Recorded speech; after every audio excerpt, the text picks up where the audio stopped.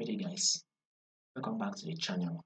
So to those of you that are yet to subscribe and you've not done that, make sure you do it. So click on the subscribe button, like, share, make your comments, and also follow our Telegram channel. I'll put the link to the Telegram channel in the comment section. So we need to see what market is currently doing, which is on our AUD USD.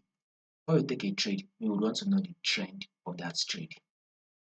And if you take a look at what AUD USD is doing, which is our current trend, right? We are trending to the downside. That is our trend on AUD USD is a downtrend move, right? If you zoom it out, you will see that market is literally a full. You will see that our full trend, which is on our daily time frame, is a downtrend move. Now,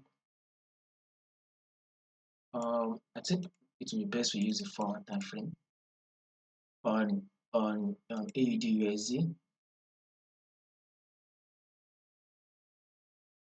If for the overall trend, by the way, if you have to zoom it out, basically you go to your daily time frame.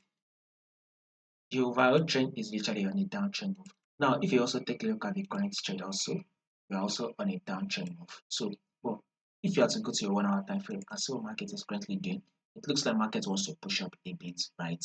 Now, this is it. Reason why it wants to push up a bit is because the current trend is ranging, but the overall trend is a downtrend move. Have that in mind. This is it on your 1-hour time frame.